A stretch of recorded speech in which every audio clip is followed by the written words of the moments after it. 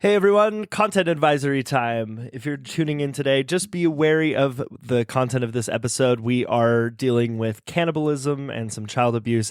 It's kind of a hefty topic episode, so just be wary of that going in. Enjoy.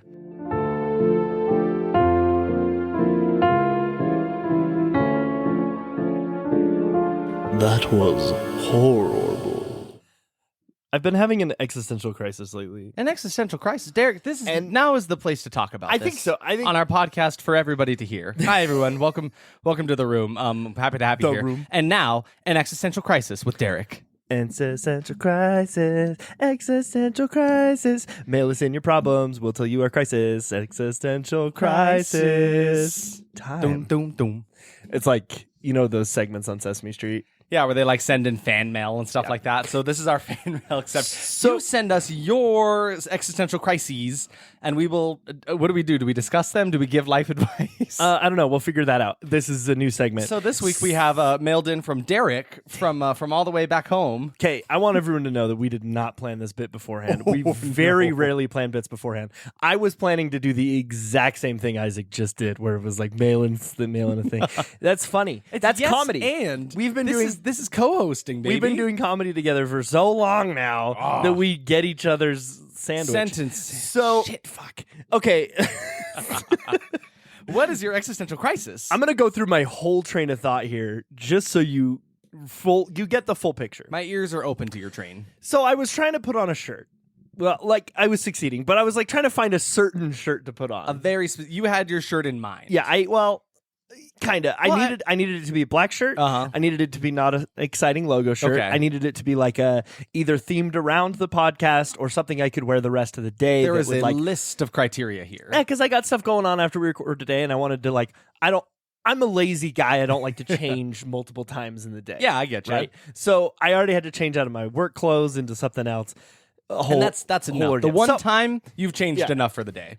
So specifically looking for my That Was Horrible shirt, because I'm a really big fan of their podcast. They're really great, yeah. I support them a lot. Go support them, please. And I couldn't find it.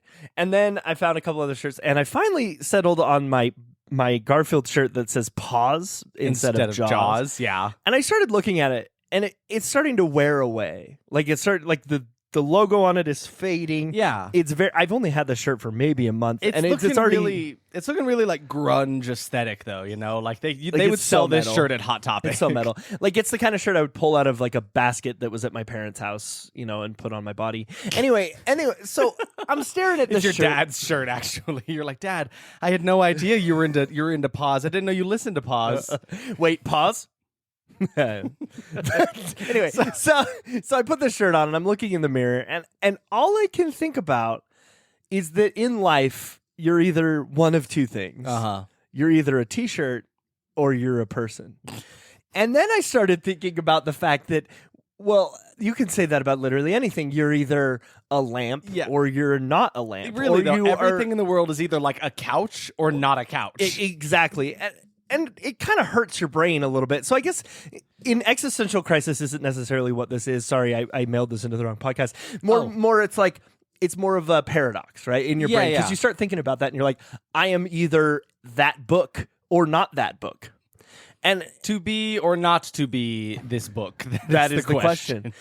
Anyway, and you can change who you are, but you can't physically change yourself into a book. Yeah, you know, you cannot destroy or create the matter that is you. You are matter, and you matter. Wow. So thanks for sending in your existential crisis, Derek, from back home in Horrorsville, Utah. Louisville, Minnesota. Louisville, Ohio.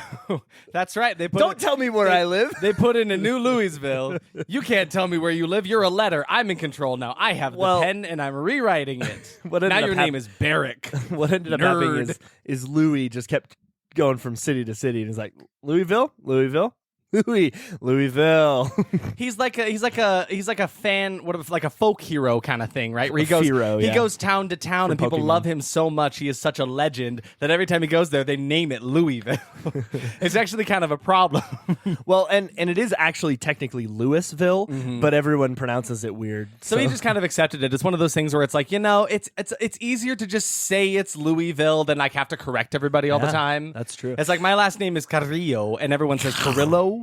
and like armadillo, and I'm like, that's fine. Armadillo? I don't mind. I don't mind because it's too much of a hassle to correct it. Nothing in your name looks like armadillo. Everything about it looks like an armadillo, just like me and my soft underbelly and my hard shell I got on my back. That's cool. You're the lead, the host of a podcast, right? I'm one of two co-hosts. They call me Isaac around these parts. I'm the co-host of a podcast, and you are also the co-host of a podcast, right? I am. Isn't that funny? It's called We Only Eat Mustard, and we eat mustard all day. That's no. I'm talking about the one about the horror movie. Oh, that was horrible. Yeah, no, that's right. That one was where we horrible. Watch horror movies. The one where we do our best at watching and reviewing and eating. Dang it! And subjecting to and watching subjecting ourselves and not you. All you have to be subjected to is our jokes and japes and funny little bits. Wait, I forgot. Did we say our names? Yeah, I think Derek, so. Isaac. You're Derek. No, you're Derek. I I'm pointed Isaac. at you. He pointed to me and said, "Derek." This is our little podcast. Welcome back to where we're what's going on over there? I don't know, I'm turning into a There's dinosaur. something happening.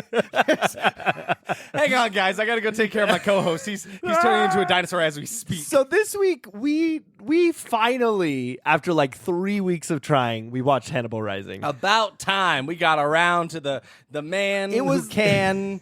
Hannibal. I don't. Is that anything? That's pretty good.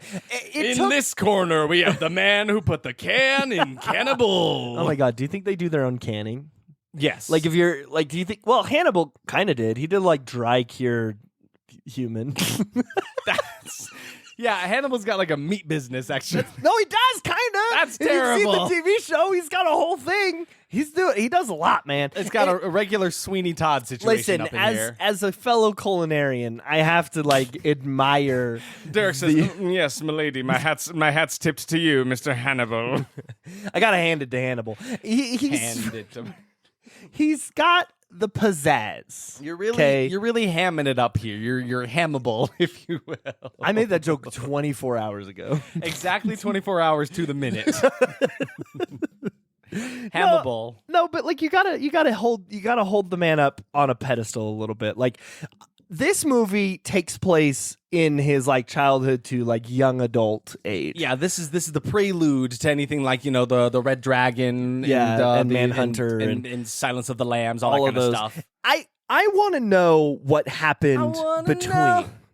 You know, like give me the Hannibal content before he's a forensic psychologist, before he's a Nazi attacked little boy. Because that also happens in this movie, by the way. Give me like the years 19 to 40. Yeah, where he's out there, year 19 to year 40. Yeah, so like AD even. Yeah. So like, okay, didn't know we were going AD up in here.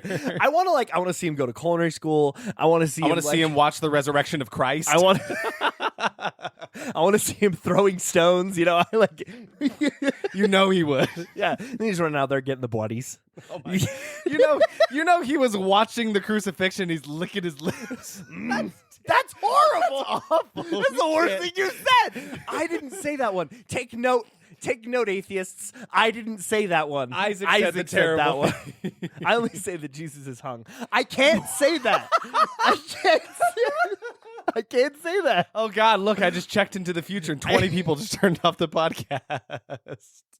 Nostradamus. We're sorry. We're the way we are. I am so sorry. I think we may have crossed a line there. I think we crossed a line. Oh my God! No, shut up. Easter's next week. We got to save the resurrection. We'll save all the week. Resurrection for Zombie Jesus Day in a week. That's fine. We'll talk about that later. Oh my God! Where were we going with that? You want to see the 19 until year 40? We screwed up. Did we finally get to the point where we have to remove something from the podcast? We've only done that once, and I won't say what it was. But maybe this is the second. I also you could say you're not saying what it was. I sincerely cannot remember. I also can't remember. I don't remember what it was. Genuinely forgot. Which is good. It's good that we forgot that terrible thing. But also, if we forget history, we are doomed to repeat it. Like maybe we made the same jokes. We're just more comfortable now. Yeah, we're comfortable being terrible people now.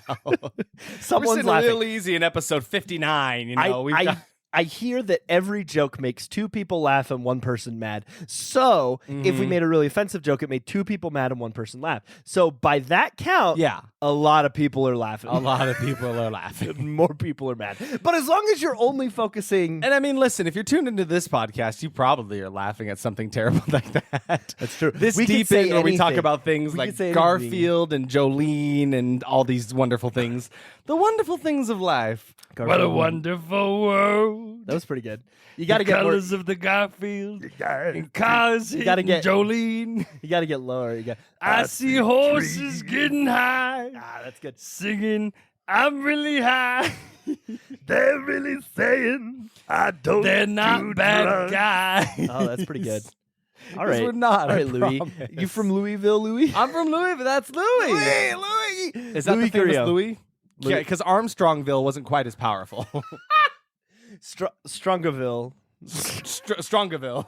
I was talking Welcome about to Strongaville. We got the hardest bodies in America, USA. We can't the planet, talk about not the we planet. can't talk about hard people The anymore. country. Why not? I'm can't. so hard. We've talked about hard people enough. Dude, can't you see how hard I am though, and hear it in my voice? It's good this episode is going to have a content advisory. I just should probably go back and add Jesus to that. Yeah, Jesus and hard bodies, and they're not mutually exclusive. Jesus was shredded.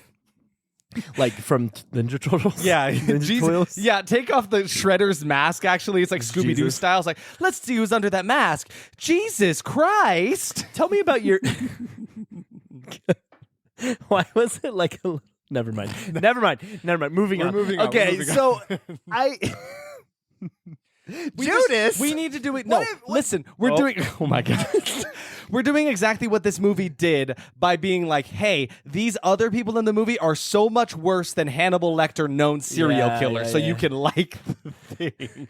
So we're going to be terrible so that you like the movie. Is that how this is working? That's something. I think we're just being what we always are, which is the characters that we embody for this podcast. The spirit of podcasting takes over our mortal vessels. Like, I'm sure some of you know us in real life, and if you do know us in real life, you're probably like, that you Hi. act different on It's the good podcast. to see you. Like, I've had so much fun meeting people who listen to the podcast. Yeah. And like Josie and your mother were there at a show Isaac was in, and I was met in the you, show. and They came awesome. to support. Wonderful. It was so cool to like meet someone who listens to me all the time. But I kind of froze. I was like, I don't know what to say here. No, right? I'm not funny. I don't talk. Not in Why the are real you listening world. to me? That's a character. I am not Derek. No, I mean, I like on the subject of like theater and shows like that. I have the hardest time meeting people after a show and saying me too. hello. Like, what do you say after? Oh, it's so good to see you. Did you like the show? That's great. And if they don't offer anything else up, I freeze. I have no idea what to say. Let it be known to all of you who go and see theater shows and talk to the actors afterwards. Just say, great job. Unless they did shit, then don't talk to them. And then be polite. Be say nice. Don't tell niceties. them that they're bad. There's a certain person who like goes around and sees theater shows in Utah and will tell them exactly how they did. Oh, and yeah. it's so sad. It's very scary. Like they do not hold back on people this stuff. don't want to be lied to. Yes, they just don't want to hear the truth sometimes, and that's okay. And they don't need to all the time, especially if you think they did poorly in that theater production. But next time you go to a theater show, time you go a theater show, wow, I sound like a 90-year-old. Next time you go see the thespians, maybe don't. Stay home instead. Just kidding. Go see theater. Go support live theater. Live theater. Live theater is a great incredible important. It's where I spend half of my life. If there's one thing we can use this platform to advocate, it's go support live theater. Woo! Really though, this sounds sarcastic, No. and very often we are. Real life. Very much so. Go see live theater. But my point is, yes, you talk to the actors afterwards, just tell them how great they did, and move on. Yes, exactly. And if you happen to see a scary-looking man with a half mask roaming around the theater, probably tell them. It means there's a phantom in that theater in an opera. I don't He'll don't know teach you how to sing. If they woo you, with their fancy ways and their mystery, maybe kiss them. I don't know. Oh yeah, I mean it's all up to unless you have a Raoul at home. There's a lot of maybe reasons to kiss the phantom, but the main reason is that it's consensual and that you want to. Exactly, and right? that Yeah. Both of you are in a safe environment. Because this phantom is very, very polite. He says, if you want to kiss, if you're in the mood for kissing, just like if you're thinking about kissing, I'm right here. It's me, the phantom. Just I'm gonna be up in the rafters, Just if you've got your seat underneath the chandelier, I would get out of the way. No reason. I'm not gonna hurt anybody. I swear. No reason. Maybe. I'm a super I might. cool guy. I was listening to a podcast earlier, and it told me that I could lie if it would hurt. It would help people not get hurt. They told me I would, lying is maybe... okay sometimes. So if it means if getting hurt is some information that would hurt you right now, then maybe I will not. They tell also you offended about my it. feelings about my Lord and Savior, so I can't listen to them. Yeah, no, I'm a good Christian Phantom of the Opera. We're gonna get canceled. We've done. been canceled already. We're broken. It's done. We're over. The podcast is The over. only thing that gives me hope is I hear people say worse things and get away with it. That's true. That is the thing. Like, I think we worry a lot about this stuff because, like, one, like we care about our listeners and not saying things that are incredibly offensive. I feel like there are some podcasts that do not. They do not care about those things. Listen, anything that happens on like some of the sketch comedy shows I watch, if I get to that line, I feel like I'm okay. If I cross those lines, that's when the problem. If I start doing things that are on like the Eric Andre show, that's when I know I've done something wrong. There's some lines that get crossed on shows like that. But listen, people watch it and people laugh People anyway, love don't it. they? I mean, yeah, I've watched it. Like, I'm a cool guy. I'm a cool guy. Derek's like the coolest guy I know, and he doesn't eat people, and he loves Jesus Christ. And his body's super hard. Don't get me started on Jesus. I'll offend somebody. So, okay, listen up. Listen up, atheists, and listen up, believers, and listen up, Catholics, and listen up, Jewish people, and listen up, biblically accurate. Literally all of the people listening. Like, I'm just trying to include everybody. Like, everybody out there. Everyone mixed into this bag. I love you. Let's talk about Hannibal Lecter. Let's talk about Hannibal Lecter. How much what do you know about Hannibal Lecter? Like, what's your history with this character? Because you seemed pretty interested in checking this movie out because you know of this person. I mean, I did seek out a Hannibal movie that was bad enough for the movie. So tell me about that. Well, I'm a big fan. You're a big fan? I thought you were a human man. In this world, you're either a fan or not a fan. What if... Okay, other segue, because we can't escape them. It's Paul Blart Mall Cop. Hop on our little segues. Hey, it's me, Paul Blart. Okay. Hey, it's me, Paul Blart. I'm going to save this mall now. Let me get on my high horse. Oh, hello. It's me. I'm here. I heard that all of the sex stuff I said last episode, you posted. I thought you were going to cut it. And you told me that everyone would not know about my ex-wife. But listen, how does your that ex-wife or your sex life? Both. But listen, High Horse, how does that make you feel that the world has heard about this? Maybe it makes you want to talk about your sex life less, right? I have gotten so much web mail, and everybody wants to have sex with me, and it's great. I'm a very open man. So you build Derek a box, please. Polyamorous Palomino. Okay. Oh my God. A big. Build the box, please. Go away. Oh my God, he's running this with character like and make him horses. celibate. I think he's going to a orgy. Orgy. Horse orgy. That's what that means. What is it? Yeah, I know what it means, Derek. It sounded worse. There was no question about what it meant. I had no concerns about what was going on there. Why do you let me talk? Why do you let me What's your high horse today? I don't remember. That's the problem. Play it back. We're talking about Hannibal Lecter. Yeah, I was. And you sought out this movie. You sought out a Hannibal Why was movie. I getting on a high horse? You were getting on a high horse to talk about how you were anti-cannibalism. You say, "Don't eat people, please. It's me, Derek." We've talked about this before. I need someone to just sit in the corner of this room and every thumbs time up, thumbs down. I mean, we got Nostradamus over there. There's that. But every time we start a tangent, I need them to write down what the last thing one of us said was, and hold it up on a big whiteboard, and just hold it there so we know we got it. We got to hurry. Yeah, exactly. And they'll start tapping their watch, "Hey guys, time to keep going." So if you know any podcast assistants looking for work, head them our way. We have no money to pay anybody, but pal assistant. We give you can have a drink. You can have a cocktail. You have a cocktail. Bilbo bartender. Bill Bar. Speaking of which, we have a drink right here. Does Bilbo bartender want to tell us more about this? Yes, we have segments on this podcast. Yeah, we do. Hold on, I got to get taken over real quick. Okay. Hello. Pretty quick process. Bilbo, you really streamlined this whole thing. I'm very good at entering people. Okay.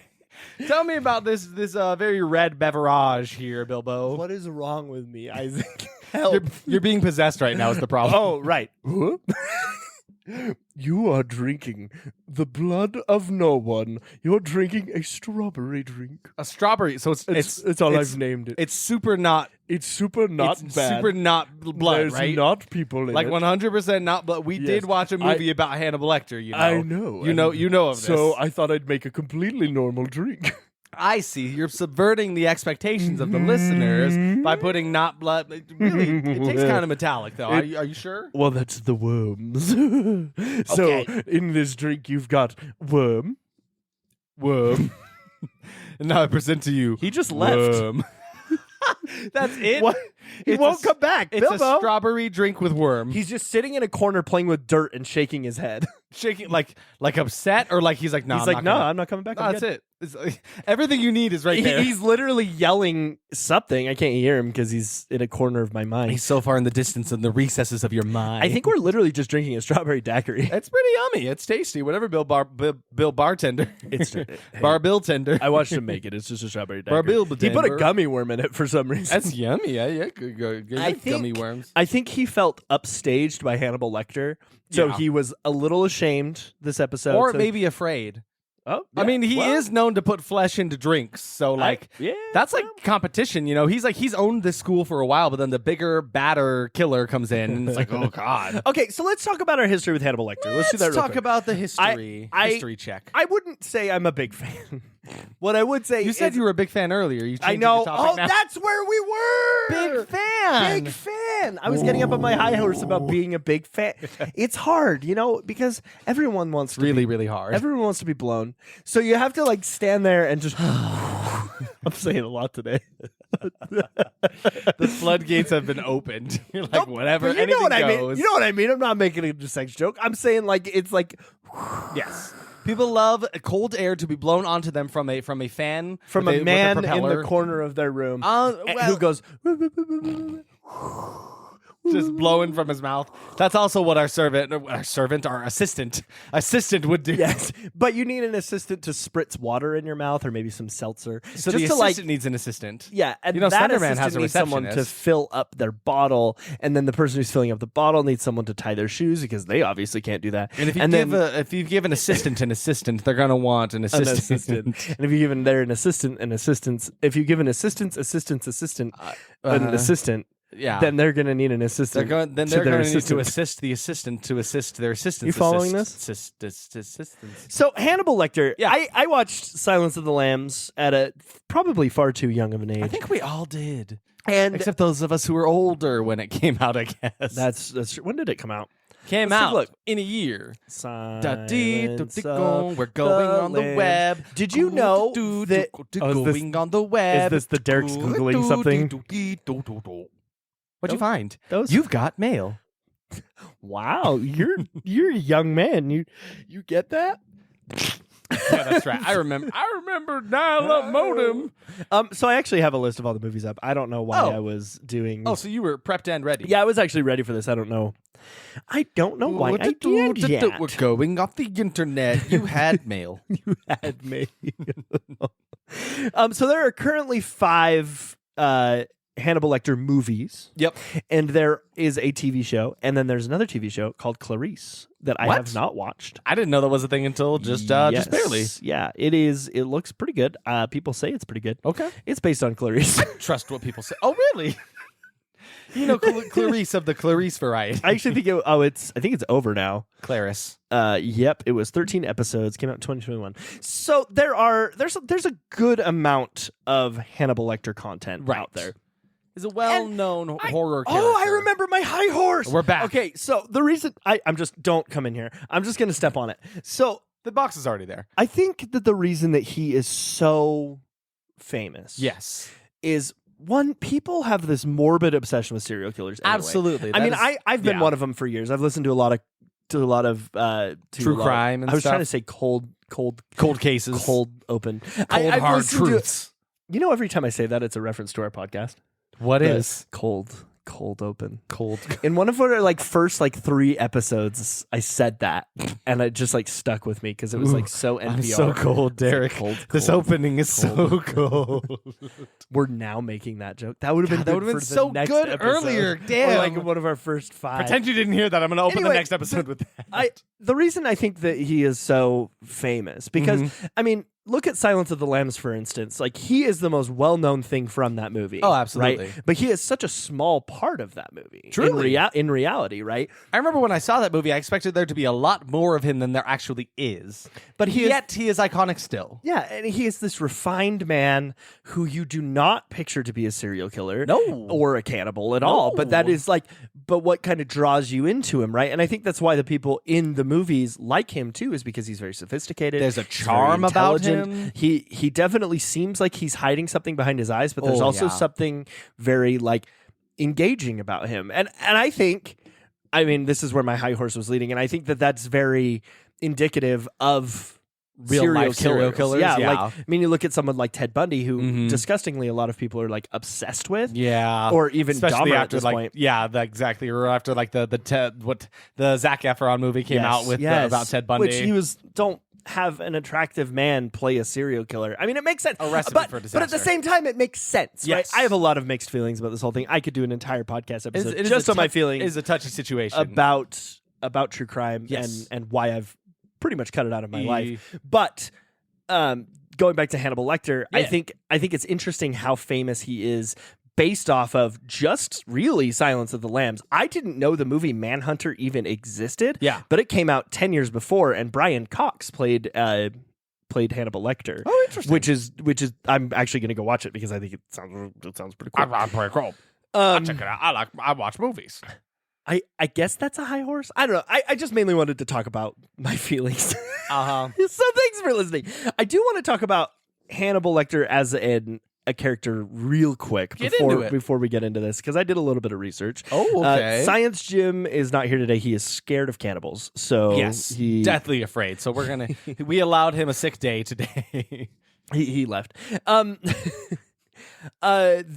Thomas Harris. Mr. Thomas Harris. That is his name. Is Thomas Harris. That's the name. Nailed it. Got he it in one. wrote the original Silence of the Lambs and Red Dragon and all that stuff, and he actually wrote Hannibal Rising and the screenplay for the movie Hannibal Rising, which is pretty interesting. We'll go over in a second. He based Hannibal off of a few different characters, but mainly he based him off of Alfredo Bali Treviño.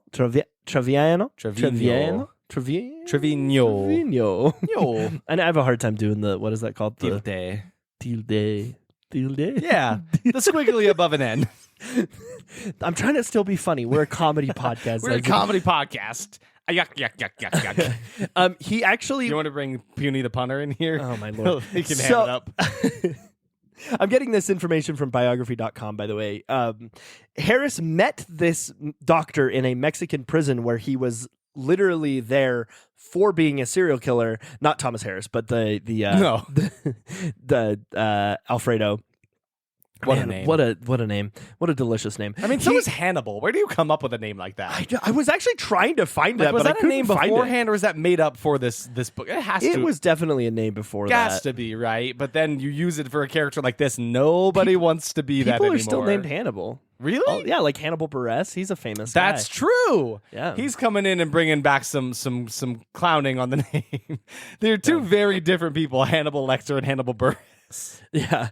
So anyway, Thomas Harris was insanely inspired by Alfredo just because he was an elegant man, very well read, very well spoken, but at the end of the day, the things he did some horrible things. I was reading through some of his crimes, and I will not be talking about them here, but that's for another podcast, they are brutal, unlike our own. And it makes sense that he was based on him. So I guess the end of this wild tangent that basically had no substance but was me ranting is that serial killers are real. That's a real thing. And we should not glorify them. Do not glorify them. Which you're turning it into comedy. You're on planet Earth. I knew you were about to do that. And we should enjoy this content. I don't know where I was going with that. Hard. I don't know what to say. This is why we don't have a true crime podcast. You know who can save us in these trying times? Please, Garfield can save us. For the love of God. Garfield is I want our to be the savior. What you want to be? So this week in our Garfield horoscope, we've got I guess there are technically two characters in here. You have Garfield and you have a tree. March 25th, March 25th, 2024. We've got another Garfield comic, 3 panels long for you. It is a comic in which Garfield is looking up of a tree. There is a sign on the very top of the tree, and he cannot see what it is. So he wants to climb up to the very top of the tree, and the sign says something up at the very top. So let's roll with this one. Derek, do you want to go first? Do you want me to go first? Just the tree? I think it's really important for you to go first. Oh, it's really important for me to go first. All right, so Garfield climbs up to the top of the tree because he can't read what the sign says. He gets up to the top. You know what it says? No climbing. Don't climb this tree. But here he is dangling in a precarious situation because he did not think this through. Was that golden fruit he was looking for, this sign, the knowledge on the sign, was it really worth climbing all the way up here for? Now he knows he has broken the law, so he's going to go to jail. There's probably, at the bottom of this panel there, you don't see, there's probably a police officer waiting to arrest the man because he broke the law. The sign says no climbing. And everyone knows if you do something a sign says you can't do, that's bad law. That's law bad. That's law bad. Law lawyerman says that's not law. Law lawyerman's That's not a great law. guy. I love that guy. But think twice about, like diving headfirst into the situation without thinking about it, because this panel is this comic is 3 panels long. There's no way Garfield put that much thought into this. He said, "There's a sign. I want to see what it reads. Let's get up there." And then lo and behold, it was something against him the whole time, fighting against him, and now he's gonna go to jail. So don't go to jail. Think your actions through. Derek, you are the tree in this situation. So the tree hides itself very high in the air, and you have to work really, really hard to get information that would potentially save your life. Okay, we could use this in our daily life every day. There is a lot about each and every one of us that we try to keep hidden, that we try to hold in, and maybe we don't give outright, And I think that if we were maybe a little more open, maybe a little more outward, right, we could save those around us from getting hurt. We could save those around us from going through ordeals just to find out something in the end. Like, do you feel like this tree is kind of goading Garfield on? He's like, I'm going to put this sign way up here. No, I think the tree was ashamed. The tree is ashamed of its no climbing sign. I think that the tree is hiding from the world and doesn't want to be left out. He wants people to climb him. Or do you think Big Monday put this sign on this tree? I think Big Monday had a lot to do with it. I think Big Monday is trying to stop the wood trade. Yeah. Because, less workers on Monday, less trees getting cut down. Yeah, that's true. There's a lot to unpack here. We just so does that mean like Big Monday is saving the tree here in this sense? On accident. On accident. So it's not intentional. They're accidentally doing a good thing. The only reason I said accident is because of the pun, because accident. It actually means something completely different. It means very purposeful. I think the tree is very hurt by your joke there. I'm sorry, tree. That's the Garfield horoscope for this week, ladies and gentlemen. The tree. What information do you? Could you hear that? Is that sorry. why you ignored it? Sorry, listeners. We're getting a special tune from the tree. Yes. Hello, it's us. That was horrible. Incorporated. Is this tree from Garfield Jim Davis comic, March 25th, 2024? Hello. Yeah. Yes. Hello, tree. It's us. What can we do for you? I will leave you alone. You will leave us? Is this a threat? Are you threatening me? I think you just made a pun. You're asking for all the money in my bank account right now? Punter got turned into a tree. Leaf means money. He's asking for all of our money. No, leaf like as in leave. He's leafing. He's gonna like golden leaflets, like all my cash and my gold that I keep buried in the yard. Muriel, my character on the podcast got turned into a tree. What the fuck? Things I do for love. How many times have we done encouraged bits now on the show? I don't think we've ever. Have we? I feel like we've definitely done. You know what we haven't done at all is SpongeBob SquarePants. Yeah. Is that good? SpongeBob. Squidward. SpongeBob, open the door. Hannibal Lector is in here. He won't eat you, Squidward. He likes humans. Run, Patrick. He told me I go good with calamari. What does that mean, SpongeBob? Go good with calamari. Yeah. Like with other yeah. squid. He's telling me I'm not special enough to be on my own, SpongeBob. I need your I support. I just imagined Squidward getting dunked into a big soup pot. Oh, no. Don't do this to me. But he's still got his Squidward, big old no. nose. Oh, he inked. Does Squidward ink?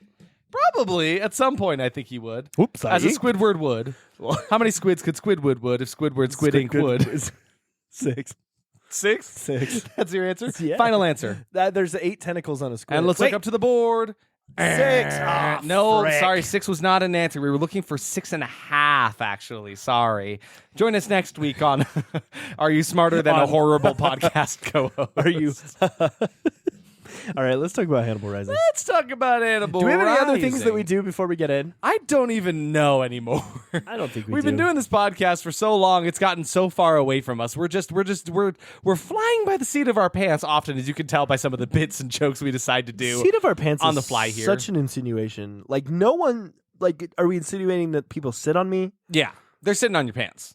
Because like it would be like pockets of my pants or Yeah. like the seams of my pants. But like I don't know. Like, But like that's what people Maybe call it, one like the seat person of your sits on pants, me. like the butt part. This is the seat. That's where you do your sitting. It's on the seat. I don't like. Do you seat what I mean? Do you seat what I mean? Uh-huh. Yeah. That like almost worked. Jeans. Gee. Denim. Can we do something? Denim. Can we do something? Denim. Denim. Denim.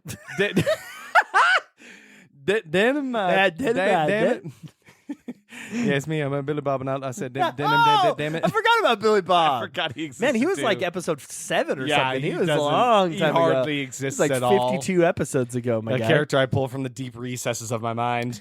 Billy Bob, do you have anything to say about this movie? Yeah, and I say I'm Billy Bob, and denim don't eat people. That's it. Denim don't eat people. Denim don't eat people. Denim Is that don't eat like people. damn it, don't eat people, or just saying denim does not eat people? Denim don't eat people. Denim don't eat people. No, I promise. That's my boy Denim. Denim don't eat people. Denim's good law-abiding citizen. He don't eat them people. All right, let's move on. So I was just Dude, kind of like didn't like staring my bit. dead into this void. Let's talk about the critics' consensus. Into the void for of Hannibal Rising. Lecter's eyes.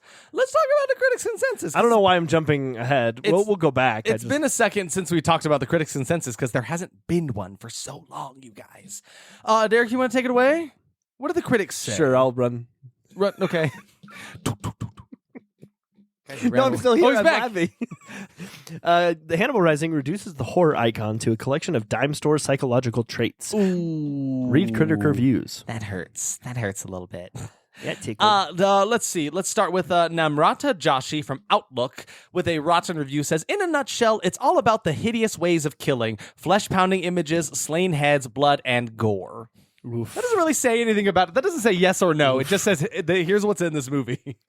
But it's still rotten. Still a rotten review. Can I do something that might not be funny? Oh, okay. Yeah, what's up? Read another review real quick. Are you taking one and translating it right now? Yeah. This could be terrible. Okay, so PJ Navarro with a rotten review as well says Hannibal Rising, more like Hannibal Risable in this truly infantile film that conceives of Hannibal Lecter as a superhero in his own origin flick. I actually do kind of side with that.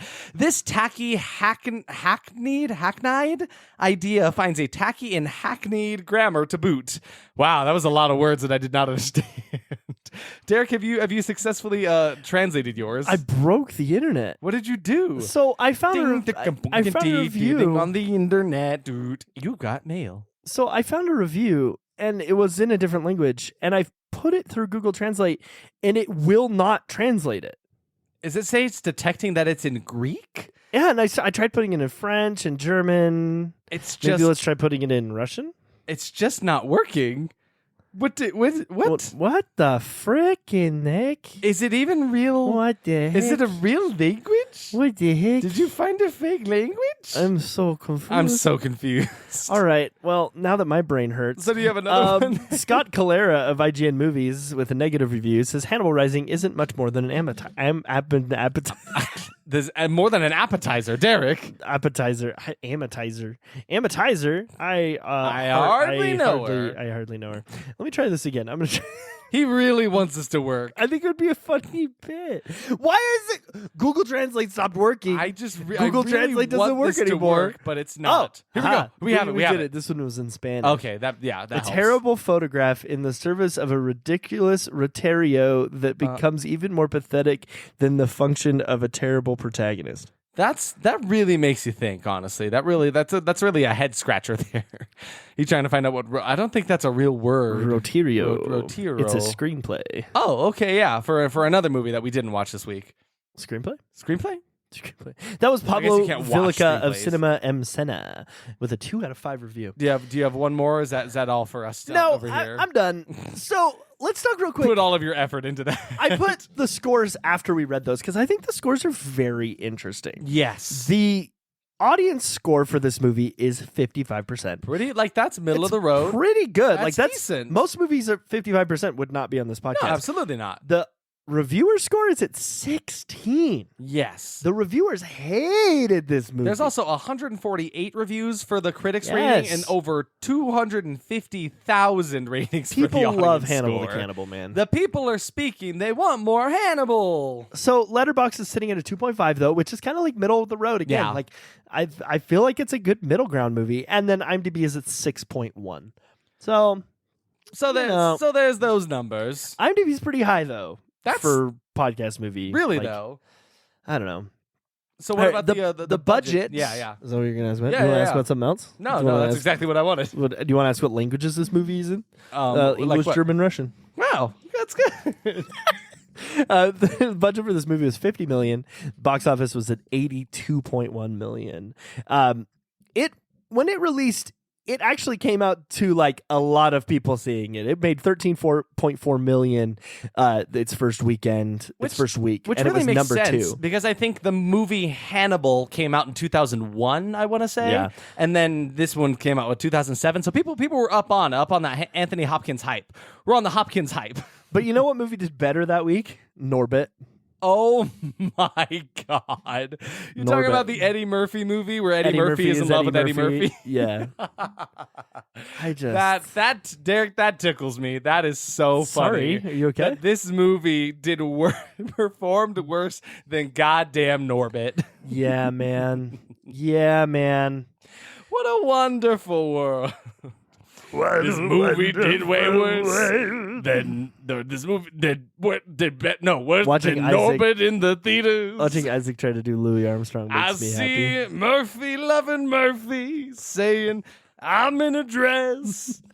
Then he's saying, "What a mess." Do you think? Okay, so like, imagine. Derek is not appreciating the art of my Louis Armstrong. I spent my whole life wanting to be Louis Armstrong, and you're just like destroying it. I'm sorry, Louis Armstrong. I besmirched your image. So freaking imagine you're president. And Yeah, and it's not Derek because he didn't apply to be president. no, I didn't. That was the short once though. I like imagine you're president and you're like, okay, it's time to give you your presidential address, and you're like, what? I don't want to. I didn't do my makeup. I don't want to wear a dress. I like how that's not the problem. It's a great world you live in where it's like the dress is not the problem. It's like I will be ridiculed in front of my people. No. We're not about the toxic masculinity here. It's more about I'm not prepared. He didn't do his makeup. Look at me right now. Do you think I look ready for a dress right now? Come on. He has to look his best. Short notice. I can't do it on short notice like that. The lengths I will go to make a stupid joke. Like, I've said it for years. To the but ends of the earth. my tombstone will read it was for the joke. I did it for the bit. I 100% believe that I will die trying to make a joke. And you know what? What a perfect way to go. If I go out trying to make people laugh, that's a great way to do it. All right, let me Hannibal lecture you on.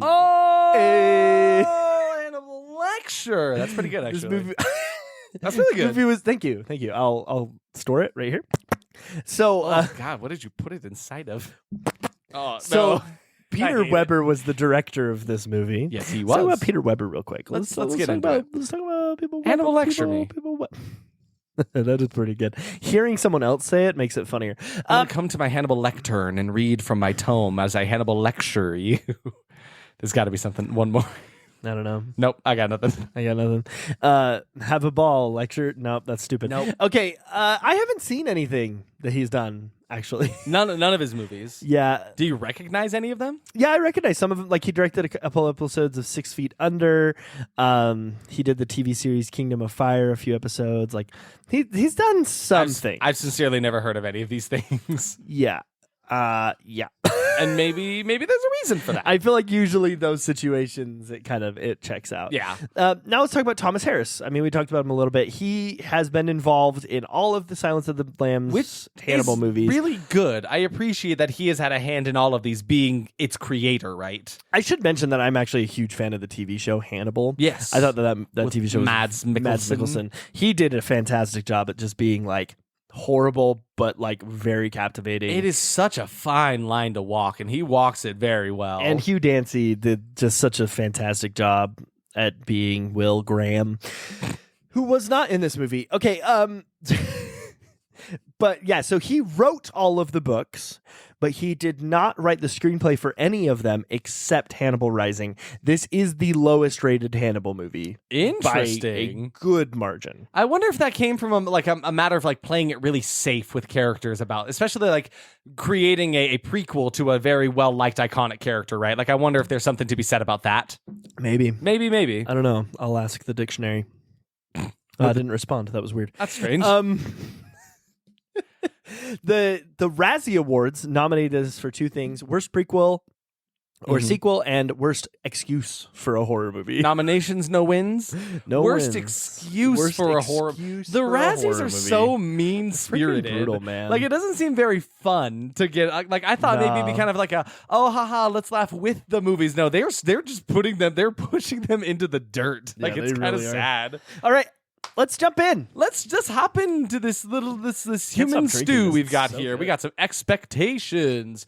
And generally, I was expecting a very middle of the road movie. I was like, everything I've seen from this movie looks okay, but it is rated low enough, so I feel like those two things will meet right in the middle, where it's like, it's not as bad as people say, not as good as maybe it seems, so we'll meet right in the middle there. What about you? What are your generally I just expected to have a lot of fun. Yeah. Like, I enjoy watching Nazis die. That's true. So like that was like my main understanding of this movie, is that it was Hannibal Lecter killing Nazis. Down with Nazis. So what a concept! Really, like that's the hook right there. I mean, that's why I wanted to watch. It's like Hannibal Lecter's killing Nazis. Okay, sure. Okay, sweet. That's basically that's that. So my first expectation on the level of killing Nazis, I said I was expecting like an Inglourious Bastards level of Nazi killing madness, because they go all out in that movie. I'm sure if you've seen Inglourious Bastards, you know what I'm talking about. And Derek, I'm sure you agree with that too, right? Absolutely, yeah. And like, it's a fun movie and all that kind of stuff. But that's really what I was expecting here. You have a character that is known to be a very smart, methodical, crazy killer, and you put him in a room with a bunch of evil, terrible people. Like, they're gonna go like whack with this kind of stuff, right? Yeah, absolutely. My first expectation is some pretty intense kills. Yeah, that's basically going exactly the same as yours. I said it may make me feel or like side with Hannibal Lecter a bit too much. It's a fine line to walk, where it's like, am I going to be supporting a cannibal serial killer right now? It's like you put him in the room with Nazis, and it's like suddenly I don't know which one's the monster and which one's the man, kind of thing, right. you know? Which I do tend to like those stories. Yeah, it's true. So I was kind of on board for that idea, but at the same time, it's like, okay, but I know his future actions, so exactly, I can't really right. condone it. It's tough. Him starting to eat people won't make any sense, was an expectation of mine.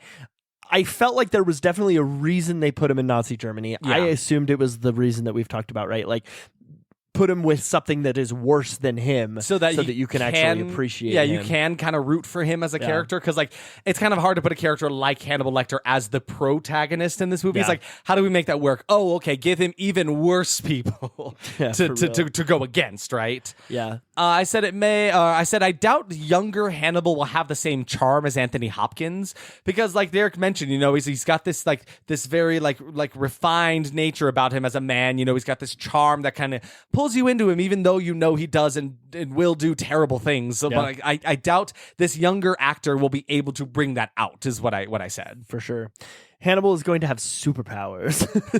Did you really say that? Yeah, I did. Because I was like, okay, this is like a man who, for some reason, Hannibal man is like so skilled at everything. Like I would really feel like he would. I was expecting to really feel like his powers and like not powers, but like his abilities were like activate power of cannibalism. I mean, in Scott Pilgrim, being a vegan gives you superpowers. I mean, so maybe eating humans. Oh God, you're right. Are they nemesis? I think nemesis. They are in the antithesis of each other. Yes. Oh my God, that's crazy. I need to write that movie. So obviously I wasn't expecting him to like literally be Superman, but I was expecting like him to be like a superhero in this movie, right? Like, I mean, they do a similar thing in like the TV show for Sherlock, right? Like the way he deduces and stuff goes into his mind palace. Like it is almost portrayed like it is a superpower. So that makes sense why you would expect something. You get what I mean. I'm with you. I'm picking up what you're throwing down. Oh shit! I said it. I said it probably won't give us a lot of how Hannibal got to where we meet him in the other movies. Like I was expecting there to be like a lot of gaps to be like, how does this young man turn into Hannibal Lecter as we know him, right? Like how does he turn into this person with his career field and all that kind of stuff and all the mannerisms of him? I feel like there will be big gaps in those stories between this movie and like, Red Dragon. Yeah, for sure.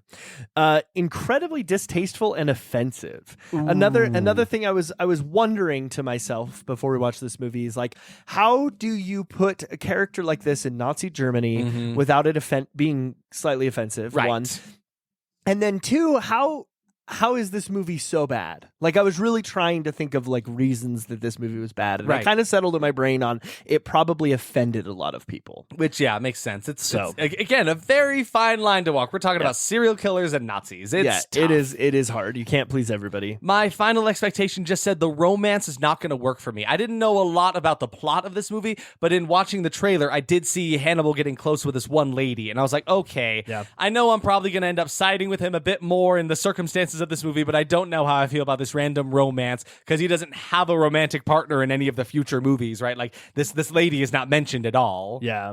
So absolutely. I was like, but again, in this situation, it's one of those things where like, I feel like this movie really was, and I'll tell you right now, like this movie really was trying to give you everything to root for him and root against all the other people. And they really did everything in their power to do that. And so along those lines, I figured one of those things would be shoving this romance down your throat that we didn't need and didn't want. Yeah, absolutely. And then finally, my last expectation, it's going to be the most intense movie we've watched for the podcast. Ooh. I was really feeling that. Like, I was like, okay, there's something about cannibalism that just takes like normal killing just that much further, right? Like you have serial killers, then you have cannibalistic serial killers. Yes. And there's like that it's a big jump, right?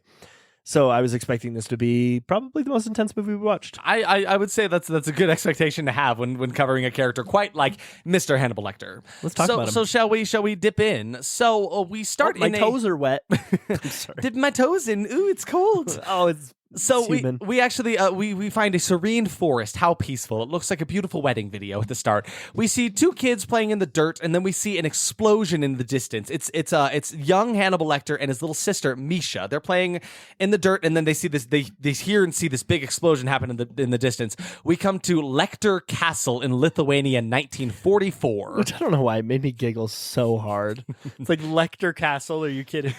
Blah blah. Welcome to Lector Castle. What are you doing? Are you doing a me bit? Are you trying to bring another vampire in here? No, we don't all sound like that. Like meet my cousin Phil. Hey, it's me, Phil. I'm yeah, that's my cousin. We're really close actually. Well, but how about your brother Jim? Blah blah, it's me, Jim. Okay, we do not need to talk about Jim, okay? Jim, I told you you're not allowed to come into the room for this bit, okay? I brought Phil. Why do you think I called him in all the way from Ohio, from Louisville, Ohio? We don't talk about your brother Phil. No, we don't. He has that doctor show. He does his own thing. Yes, hello, it's me, Dr. Phil. Whoa, that wasn't Dr. Phil at all. That wasn't Dr. Phil at all. But I liked it. I liked the voice. And they fly away. Because they turned into bats. So, Lector Castle. They have a castle out here in Lithuania, 1944. Lithuania is just such a great place in the summertime. It's kind of a cool name. I personally like to winter in Lithuania and then summer in Romania. And a fall in Transylvania. Yeah, but if I fall there, I never get back up.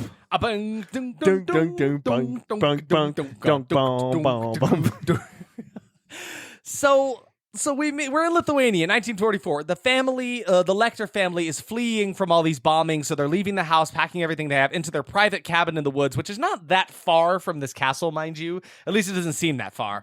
And then, the Nazis have overthrown Castle Lecter, and the whole bit between like Nazis and Jewish people is really hard to watch. It's really only incredibly prevalent in this first bit of the movie, but like it is definitely, like you mentioned, kind of offensive, right? I'm so sorry. I know we just got to start. Emily just texted me and asked if we just established Dr. Phil as a vampire. I think we need to roll with that. Should we play in that? Can we play in that space for a little bit? So how come we never see the people who go on Dr. Phil ever again? You know what? Call in right now. Tell me if you can name one person. I haven't even finished my request. Yes, hello. What was your request? God damn it. You called me. So name one person who you've seen on Dr. Phil and like make it out alive. Okay. Yes, hello. Are you ready to answer my Are you done interrupting me so rudely? Hi, it's me, Josephine. Yeah. So I went on. You sound like Lindsay Lohan fan 69 or whatever your name was. Oh my God, I love Lindsay Lohan. Can't talk about it though. Court approved. Court approved. So I actually went on Dr. Phil because of my obsession with Lindsay Lohan. Oh, okay. So you needed help. You needed medical attention. When I was arrested, I went to prison and I had all my tapes of Lindsay Lohan. Tapes, and then like recordings, like tapes, like a VHS tape. I am not legally allowed to answer Gotcha. that Court question. mandated. Cannot say. Yeah, I understand. More like court band-aided. They made me stop. They put a Band-Aid on that one. So anyway, when I got into prison, Dr. Phil walked in. Yeah. And he was in a cloak, and he said to me, "Hello, young lady." Just like that? Yeah, hello, young lady. Okay. I'm going to take you on my show, and we're going to bring Lindsay Lohan on. No way. You got to meet the Lindsay Lohan. I was so shocked. Yeah. At that Did you moment. Pass out? And you probably passed out. I passed out. So a couple hours later, you come to. But when I came back, Yes. it was crazy. Yeah. The guards. Can I ask, were you feeling a certain sensation when you woke up? Were you feeling a bit unlike yourself? I felt a little lost for blood. Okay. Yeah. And a little worse for wear. Yeah. Okay. But a little less for blood, a little worse for wear. Yeah, but and Sorry, your accent is just so captivating and charming. By worse for wear. Yes. By worse for wear is what, of course, I'm meaning. Worse for werewolves. Is worse for werewolves. Yeah, because you my hate them. daddy was a werewolf. And so. This is important to note, Lindsay Lohan fan 69. 69. And, I didn't think that was important to mention because I didn't think anyone would know. So anyway, I got the Lycan blood. But so went on. I got the Lycan blood. I can get Lycan. So I went on to the Dr. Phil. This was season 87 verses 9 and 10. And I was sitting there. My God. And I was sitting there and Dr. Phil came out, and I'm gonna need you to do your best Dr. Phil impression because I can't. Yeah, that's fine. It's me, Dr. Phil. Listen, you have like a It's not this at all. You were not the father. That's better. We'll do that. It's me, Dr. Phil. Dr. Phil. Okay, there you go. You're good. All right, here I am. Wait, you don't know what you need to say though because this is improv. I don't know.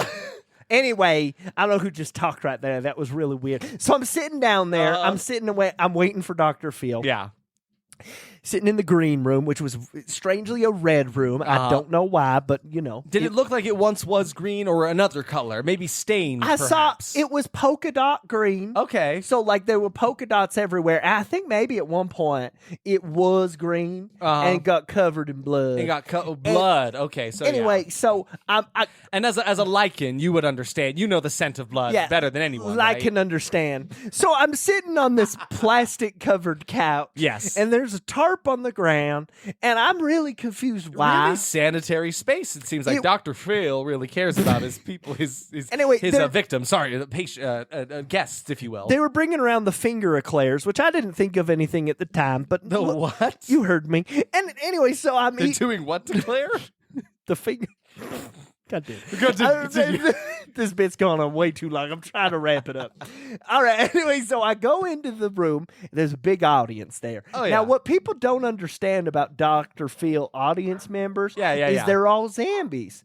They're all all the audience is zombies. They're undead. all zombies. That's how they get them to go or yeah, and they actually you know? they don't have legs underneath them at all. No, so they got no legs to stand. They on. can't run away whatsoever. No, they are stapled to those chairs. Actually, I see. And all of the sounds of cheering, that's added in post. Gotcha. Very big production going over. Because it doesn't there. sound as The great. Dr. No, that's Phil. probably a good idea for Dr. Phil because the sound of like it's probably not great for like. He actually audiences. loves that sound. Though. Oh, he's it into that. Fuels him. Yeah, okay, But- that's his energy source. Anyway, so Dr. Phil walks out. Vampires are fueled by the sounds of zombie groans.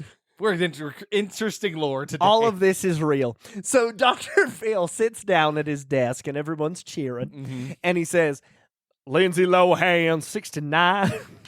He's Elvis.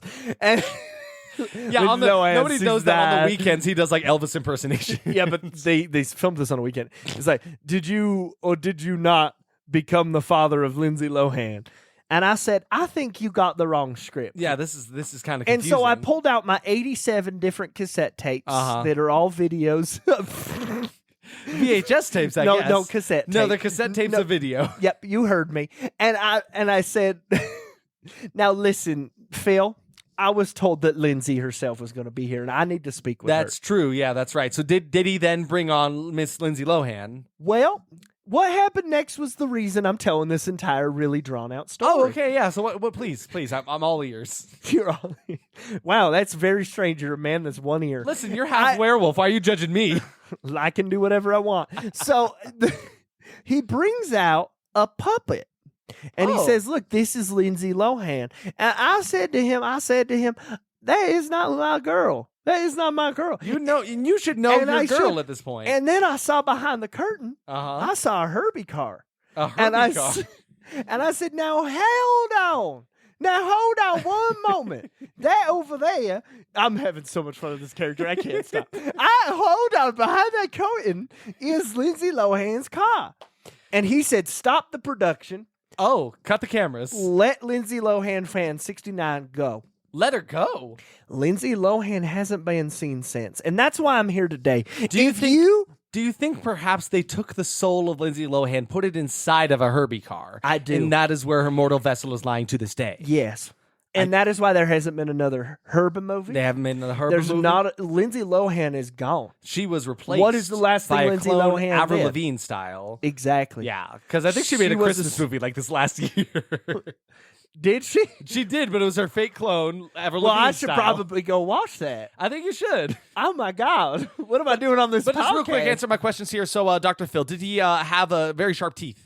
Oh, they were so tough. They really tickle when he kissed my neck. Oh, interesting. Does he do that to all of his guests? Not he just a said, formality.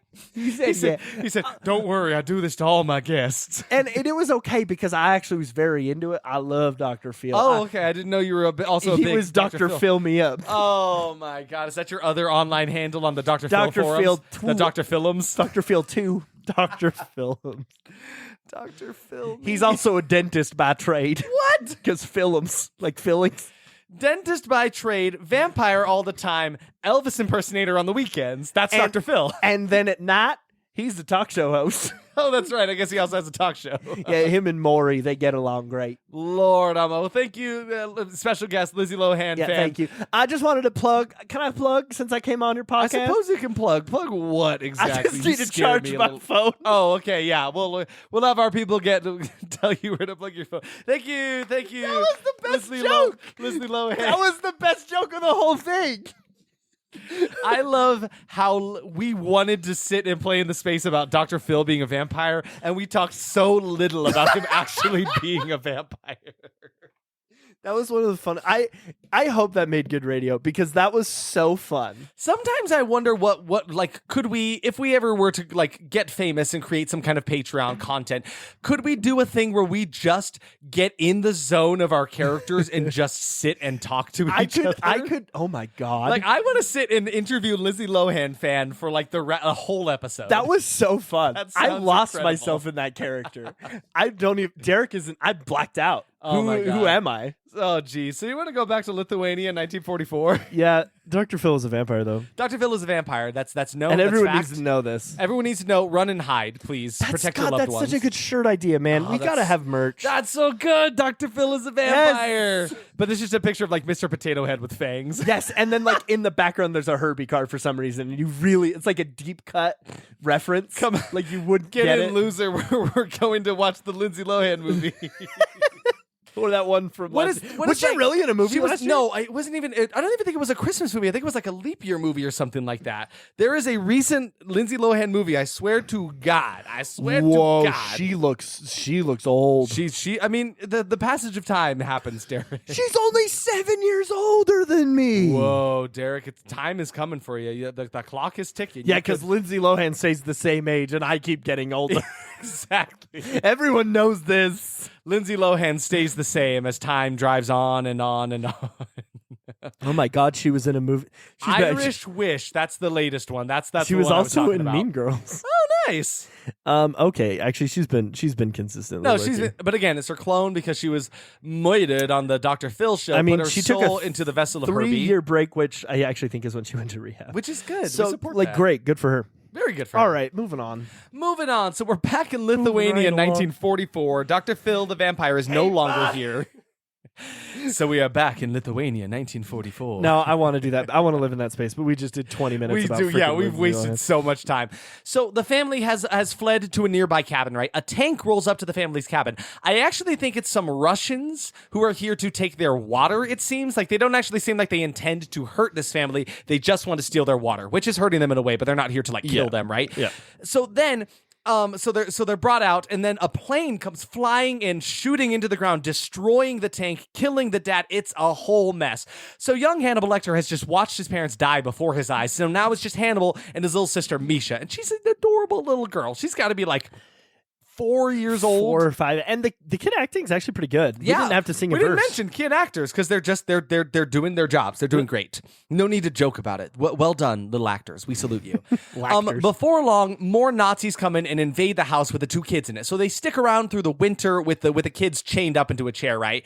And it seems like Hannibal may be learning about the whole cannibalism thing from these men as they starve in this cabin. They're struggling to find food in the winter years. You know, the any food they can find is rotten out there in the world. So it's looking... We definitely called that one. It's looking pretty dire here. So they say, we eat or we die. Then all of the men in the cabin turn their eyes to Misha with evil intent in their eyes. Then it cuts to black. Yeah, man. You're really telling me they took the Nazis? Already terrible. And they're like, we're going to make them eat a little girl.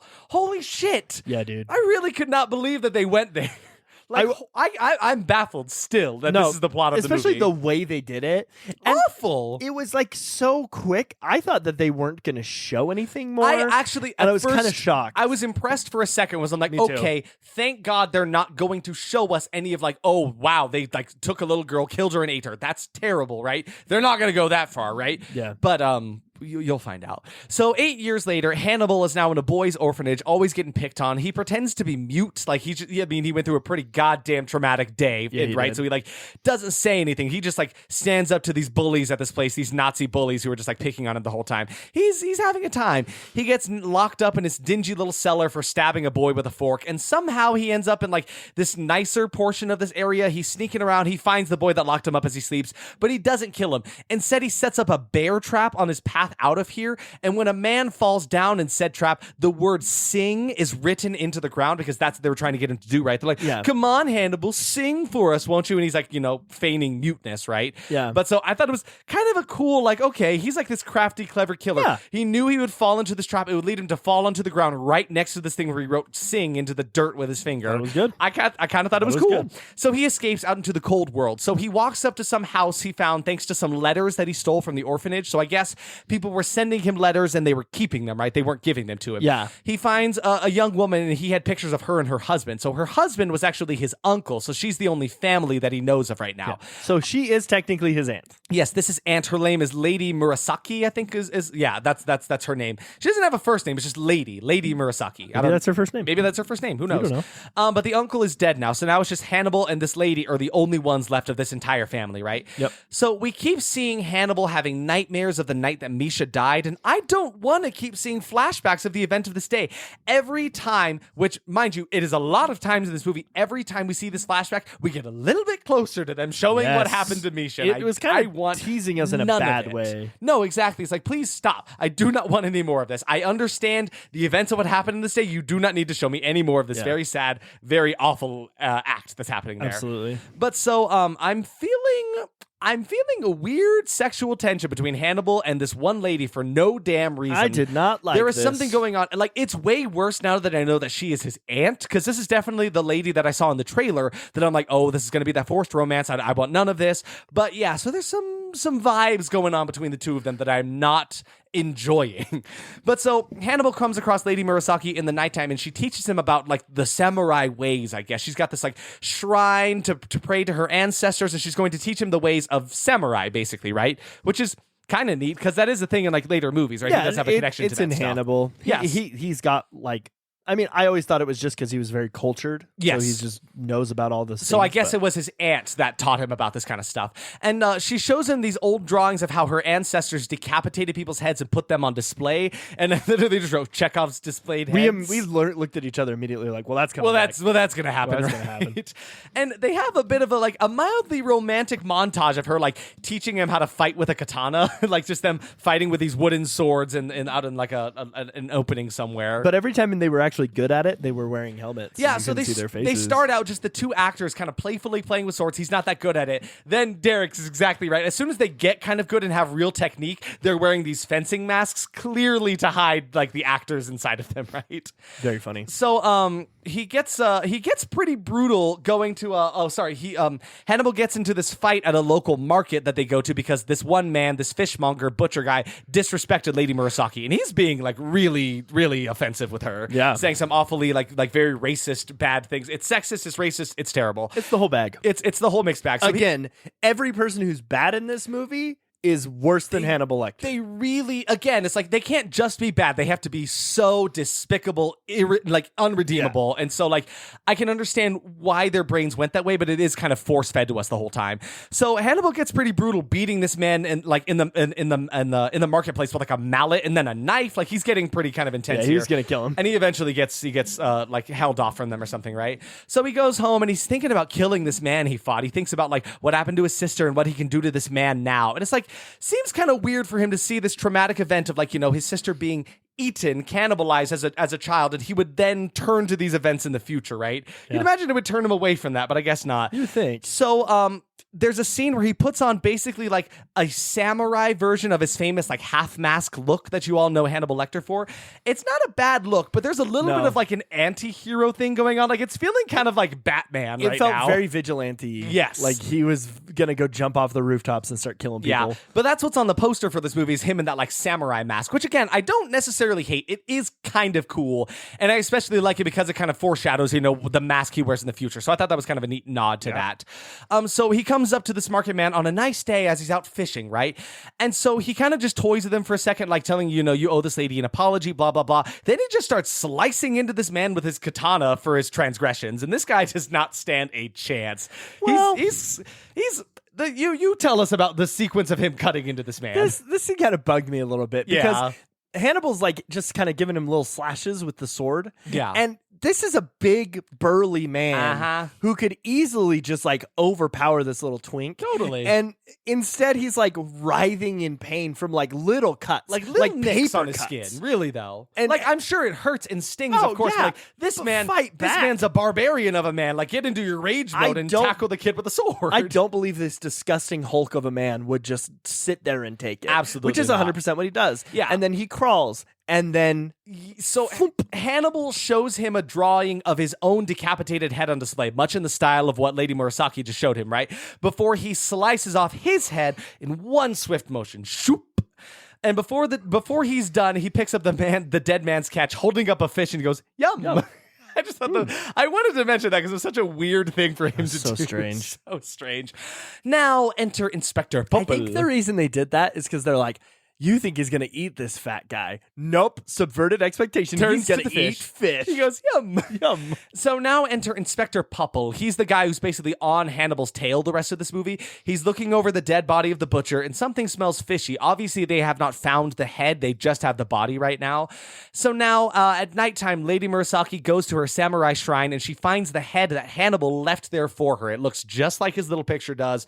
Picture perfect. He's done a great job.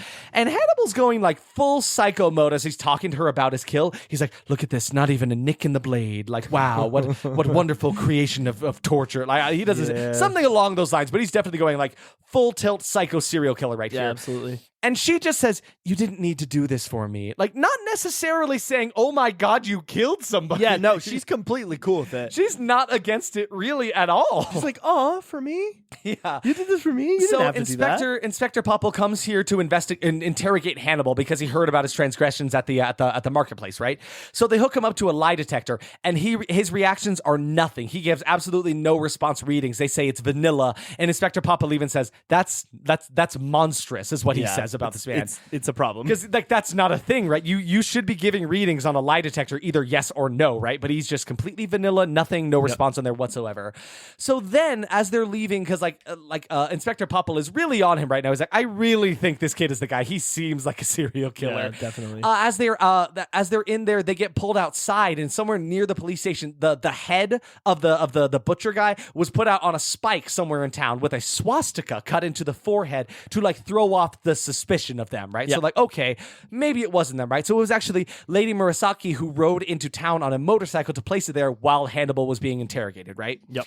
And so I guess that's enough to get them off scot-free. So now Hannibal gets a work scholarship at a medical school in Paris. Lady Murasaki comes with him. It felt like a kind of quick shift. It did. To be like, oh, remember how this character is a doctor? I guess we should probably get into that, right? Yeah. So they're moving forward now. Hannibal is consumed by his work and learning about anatomy. Like, I'm sure that will come in handy for sure, right? Currently, we now get his motive for the rest of the movie. He wants nothing more than to find the men who killed his sister, and he wants to get his revenge. And honestly, it's like, I don't know. I'm kind of behind that. I'm not against it right now. They did some pretty terrible, terrible things.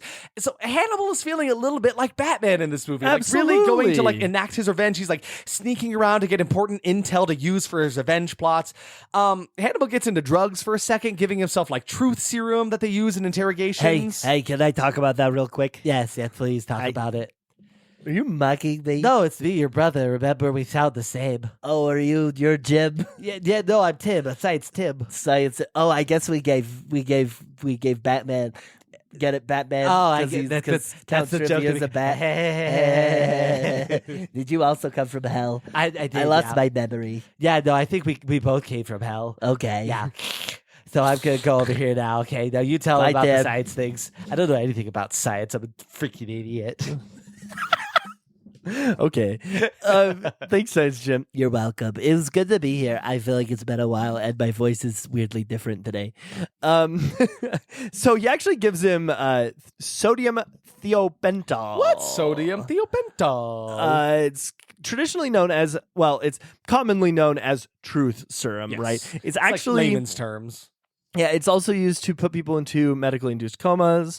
It's used for anesthetic, and it is used for lethal injections. So it is varying levels. Yes. Like you really have to be specific about the amount that you're using. There's a big risk to it, and it's actually pretty much been cut out of the world. Like no one uses it anymore. That makes sense. Let's talk about it in his use for it real quick. Yes. So he uses it to remember. He's basically trying to remember more details about the day of the cannibalism because he needs these details to help hunt these men down, right? So I'm not here to tell you whether or not this is possible. Yep. All I'm going to tell you is how this is used as a truth serum is it literally just calms the body down. Mm-hmm. It makes them more susceptible to inhibition, right? Like you can basically get any information out of someone because it like slows down the part of your brain that controls lying. Yeah. Right. So in my opinion, in your professional opinion, not professional, I don't think what he does here would work, which is where he injects himself with it. He lays down and he starts having like flashbacks. Yeah, basically like really, really heavily detailed. We're seeing a lot more of the scene of that day, again, showing us way too much of this awful, awful day. Basically, all we know is like he sees that they had a bunch of dog tags that may still be at the building. The building got bombed. That's how he was able to escape in the first place. Yeah. All of the Nazis ran away and he was left alone. He got rescued by a group of people. So that's basically all we need to know about that sequence. I do want to say, though, real quick, that some people have been known to bring back repressed memories when they are on it. Okay. But the reason I don't think it works here is he's doing it by himself. Yes. Right? That's with like a psychiatrist there who is helping like leading someone you do through it, right? Right. There are a lot of different methods. Like I've done something like this in therapy before where you're working with a therapist to recall memories that you couldn't necessarily remember that you blocked out. But again, you have someone there guiding you through it. You're not just sitting there and thinking really, really hard. Yes, exactly. So again, I'm not saying he didn't do it. I'm not saying it we're wouldn't not work. doctors, guys. We sit on the couch and watch a movie. I just think that maybe he Googled something that would work for this and was like, that's it. Hannibal Lecter went to Google. Well, not going on the internet. Oh, you got mail. I love your little theme song. It's so good. I think it's really cute. We'll have a new one next week. So now Hannibal is riding the train out to the Soviet border. He's back in Lithuania now, but it seems like the people here may be suspicious of his presence. Like, he's not going under a fake name. He's still going under Hannibal Lecter. And mind you, there was a Lecter castle. So, like, it's not like his name carries no weight around here, right? Like his presence is going to be known, right? So he goes down to the broken cabin that was bombed, and that's how he escaped, right? He's digging into the detritus to try to get some answers. He finds his sister's bones in a little tub, and that's sucked. Awful. It's so terrible. It sucked. Some man is watching him intently this whole time, by the way. Yep. He finds a collection of all the men's dog tags from that day. All of the Nazis, it was like buried under the rubble there. So he got exactly what he needs now. And that man that was watching him intensely sneaks up on him, and he quickly apprehends this stranger. Like, no so problem. quick. Turns Yeah. around, whack. No, not even a thing. This man has superpowers. He has superpowers. He has samurai training. He is Batman. So, in a very sweet moment for such a like kind of despicable character, Hannibal gives his sister's bones a proper burial. Like, it is a very sweet moment for him to actually do that and give her that treatment, right? So now it looks like the man that was following him was also a part of his sister's murder. He just happened to be there at the time, right? Yep. He ties this man up to a tree for interrogation. Then he ties the other end of the rope to a horse, which threatens to run away and decapitate him with this rope because the bit of the rope is hanging underneath his neck and it's wrapped around the tree, not necessarily tied, but wrapped around it. So that way, when the horse goes further, it tightens the rope around his neck. Yeah. Pretty brutal, not gonna lie. Pretty Really effective really methods effective method of torture here. So his methods are working. Yeah, he's getting some answers that he wants, and so the horse keeps walking, and he eventually gets the answers that he wants, and he just like whistles to the horse. The horse keeps going, and the man's head pops off screen, splashing blood onto a serial killer. I actually do kind of like the look of this shot, the way the blood kind of goes like vertically across his face. It did look cool. Horizontally. It's also one of the Across most his famous face. shots in the movie. Yes. And he like drags his hand along his cheek and then licks the And licks blood it, off. of course, because he gets a taste for the blood, you know? And so when reinforcements arrived to try to save this man, I guess, his head is all that is left. The eyes are popped out because they exploded, and a part of his cheek is missing. And I guess Hannibal mixed it with some mushrooms that he foraged, because right in front of it, there's a little bit of a fire, and they find some mushrooms inside of it. You know, say what you want about Hannibal. He's a fun guy. Boo, you stink. Nah, I kind of like that joke, Derek. God. Hey, you're kind of cute. Go away, I Peter like Cunningham. your jokes. Okay, I'll be over here. A being. So, after all Says that, it's sad. Hannibal comes home to Lady Murasaki, and the tension here is even worse now. Oh, I yeah, it's thought, palpable. I was thinking, because Derek was like, no, she's his aunt. There's no way. And so I was like, okay, maybe I was wrong about the whole romance thing. But then again, the tension is getting it's scary to me. So he tells her he has the names of these men who killed Misha. They're all here in France, and thus begins our revenge plots, right? They're sitting in a restaurant doing recon, and Hannibal sees the daughter of one of these killers, and she's wearing Misha's bracelet. So, like, he knows for sure this is one of the men that killed her, right? Yeah. And he leaves in this girl's pocket her father's dog tag. So it's like kind of a warning. The dad reaches into her pocket and finds it. He immediately is like, oh shit, something bad is happening, right, guys? So, it seems like the men he's hunting are aware of him. Like this guy pretty easily is like, oh, I know what's happening. So the man from the restaurant thinks Hannibal Lecter is here for them. So they send out some men to deal with him, right? And I'm sure they're falling right into his trap, right? Oh, absolutely. But it seems like they also may see his connection to Lady Murasaki. I was like, okay, this is definitely going to be like his Achilles heel right here, right? Where like they're gonna get in the way of him. So Popple comes back. The inspector comes in to ask Murasaki about the death of the man with the missing cheek. Now, right? He suspects Hannibal again. He does not have any hard evidence on it, but he basically warns her if her quote unquote pet snake strikes again in Paris, then he'll have to seize him and put him under the guillotine, right? Yep. It's kind of funny to me how much this guy is like, I'm not gonna arrest this man. Just like, don't do it here, please. Like, just don't. Just like, don't, please. It's that whole, like, he's killing Nazis thing, right? Because I don't think we mentioned when he was a kid, it was the end of World War II. Yes. And then... Because now it's 8 years later. 8 years later. So what, 1952? Something like that. Yeah. It's right after World War II. So, like, the world hates Nazis now. Yes. Like, it is very much like... You know, oh, there's someone out there killing Nazis. Well, just don't do it in my town. And there's a whole bit with Inspector Popple trying to say like, I also lost my family in the war against the Nazis. Like, you know, I'm here with you, Hannibal. Let's connect on this level, right? But it's definitely kind of feeling like Jennifer's body was just like, you're killing people. She's like, no, I'm killing boys. And same, you're killing people. No, I'm killing Nazis. Yeah, absolutely. So now Hannibal is being followed by one of the Nazis at his medical school where he is working. And he outsmarts the man by leaving this fake hand on the desk where it can be seen. So like, dude sneaking in, he's like, oh, I see the hand on the desk. He's working on schoolwork, right? And then he gets injected with something that knocks him out, right? I actually really, really enjoyed that. That was a really cool bit. Yeah, this whole scene was actually really good. I liked it a lot. So again, it kind of like subtly shows us like the intelligence of Hannibal Lecter, right? Which I really do enjoy. I wanted to see more of that stuff. So now we see the man chained up in this greenish vat of liquid somewhere in the Institute, and it's filled with dead bodies. More interrogation ensues, and then Hannibal lowers this man deeper into his enclosure, then shuts these large doors over the top of it. Yeah. I don't know anything about medical equipment in France in the 1950s. What was that used for? You know, I was going to try and look it up, and I forgot. That's fine. I still don't. It was a vat. It's fine. Man. It's fine. It was a vat. So the container slowly fills with more liquid, and Hannibal leaves him there to drown, right? And so right as Inspector Popple shows up, so he literally walks into the next room after killing this guy, and he's like, oh, hello, Inspector Popple. It's good to see you, right? The inspector is onto all of his plans, but Hannibal is just playing coy with him. He then makes him retell the stories of the day that his sister dies because they're recording it for evidence. Yep. And so, again, of course, we see it all. Like, I'm having a hard time trying to decide what side Popple is on. He's also lost a lot due to the war, and I think he also wants to see these Nazis pay, right? But he does want to do it the right way with the law, not with his grisly killing, right? Yeah, absolutely. So he's kind of on Hannibal's side. It's just like, kid, let's do this the right way, right? Let's do this with the law, right?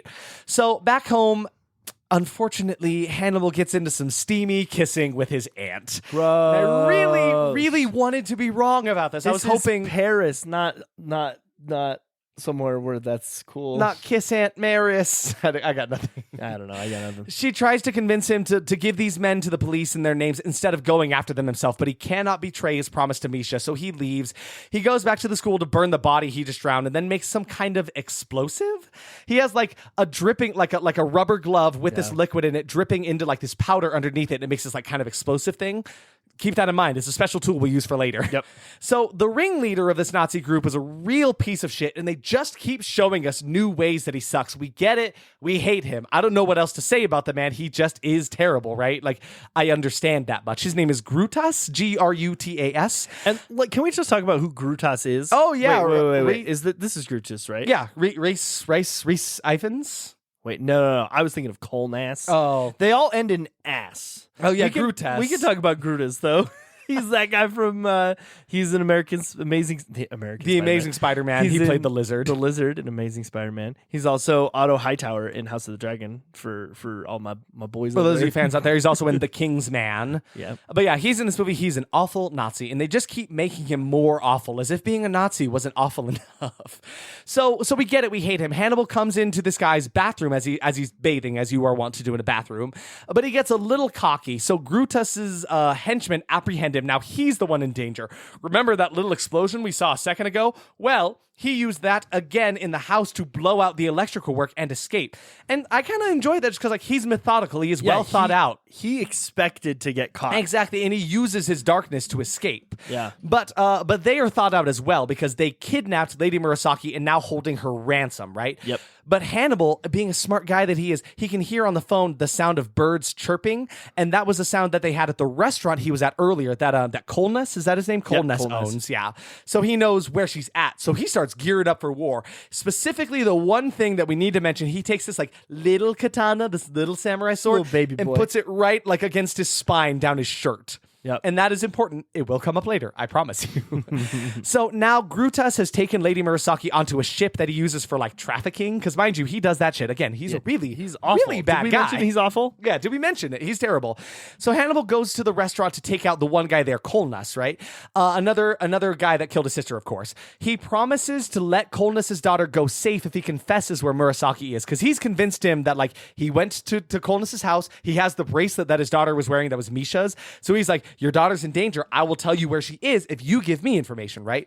So then he tells him, and then Hannibal goes and makes a phone call. Colness goes up to the phone. He's like, honey, go check on the kids. Go check the kids. And she's like, they're fine. Everything is okay. And he's like, you lied. He's like, no, I kept up my end of the bargain, which I mean is true, right? He did not technically lie, which I think is like just kind of a smart way for him to like to do things, right?